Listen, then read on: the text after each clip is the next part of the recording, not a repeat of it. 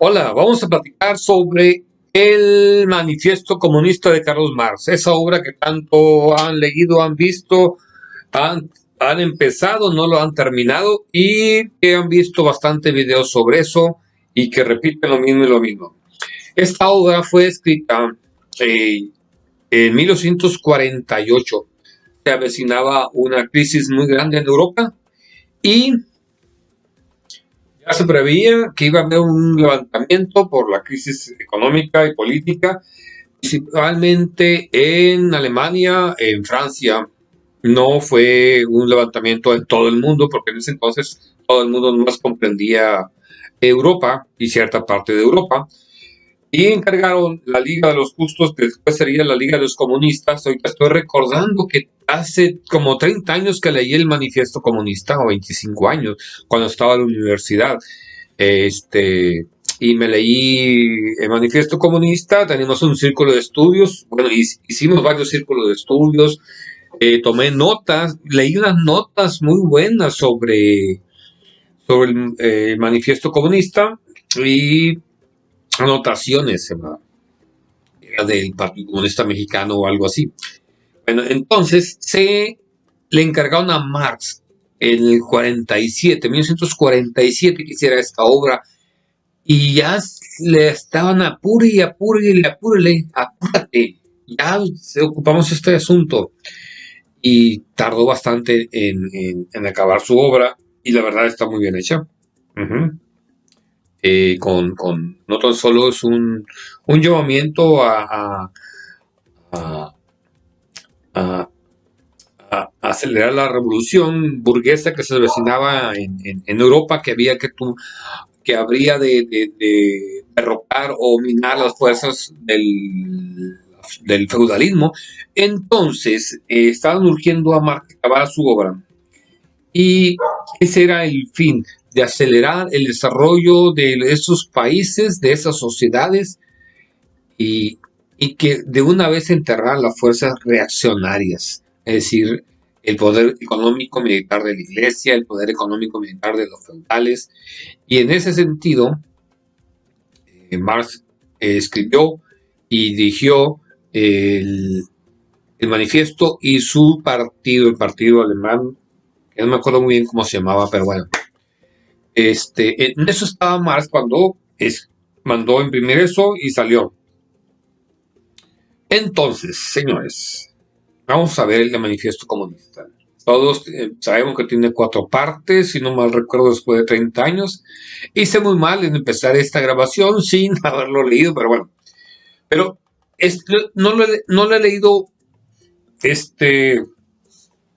de principio a fin hace más de 25 años, pero he estado leyendo algunas partes que me remiten y todo eso. La parte más conflictiva es los principios, las medidas prácticas que hay que tomar, que son como 10 o 12 medidas. Entre ellas, para ese entonces, señores, fíjense, estamos hablando, ese manifiesto fue dirigido principalmente para Alemania. En 1948, cuando la burguesía había que apoyarla para que derrocara a las fuerzas reaccionarias. Lo vuelvo a repetir. Alemania, que la burguesía tuviera la valentía de arrojar todas las fuerzas retrógradas a la basura. Y también, claro, la clase obrera, el proletariado, que avanzara, ¿no? Que conquistara cosas. Entonces, las medidas que vienen plasmadas en el manifiesto no son más que, en ese sentido y en ese tiempo, no son para otros países. No, esas medidas no son para otros países, no son para otros 50 años después, como después lo aclararía. Había que revisarlo, dice por ahí Engels en uno de los prólogos, creo que 50 años después. Y ya han pasado 1948, estamos en el 2020, ya van para casi 200 años, 180 años. A ver, ¿sí? Entonces, pues fijémonos que estaban peleando, luchando en contra del feudalismo. Entonces había que tomar medidas en contra del feudalismo. Y Alemania es un país que no viene del liberalismo, viene de que siempre el Estado ha tenido una fuerza importante. Alemania siempre se ha movido porque el Estado es el que ha promovido cierto desarrollo.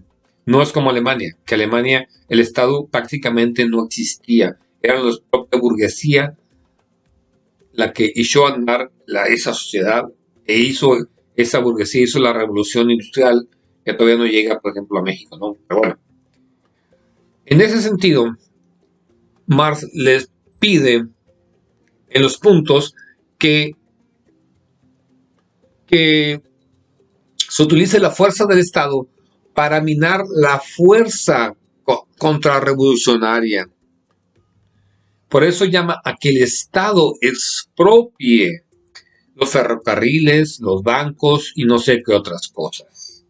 Pero para quitárselos a quienes lo tienen. Ese Estado que se estaba formando en Alemania, o que se formó y que se iba a formar, era un Estado burgués. Aprovechar los ferrocarriles, los bancos y lo que sea, talleres nacionales, para acelerar el desarrollo de las fuerzas productivas de la naciente sociedad burguesa alemana que estaba por emerger, libre, soberana, por decirlo así, en 1948. No es para implantar el socialismo, es para hacer avanzar la sociedad hacia el socialismo. Por eso cuando se pide expropiar ciertas cosas, nacionalizar la tierra, es para quitarle fuerzas a la reacción, al feudalismo y apoyar el desarrollo de las fuerzas productivas de la nueva sociedad libre que iba a emerger, la nueva sociedad moderna que iba a emerger, que era la sociedad burguesa alemana, la cual esta medida las iban a acercar más al proletariado al comunismo. ¿Qué año? No lo sé. Quizá el año que sigue o el del año 3000. Pero significaba un avance. ¿Por qué significaba también un avance? Porque entre más desarrollo del capitalismo, más obreros había. Y entre más obreros, más apoyo hacia el socialismo, ¿no? Así es, mis chavales. Esas medidas fueron hechas, lo tengo que repetir, porque todos los marxistas se equivocan y me recontra que se equivoquen, todos.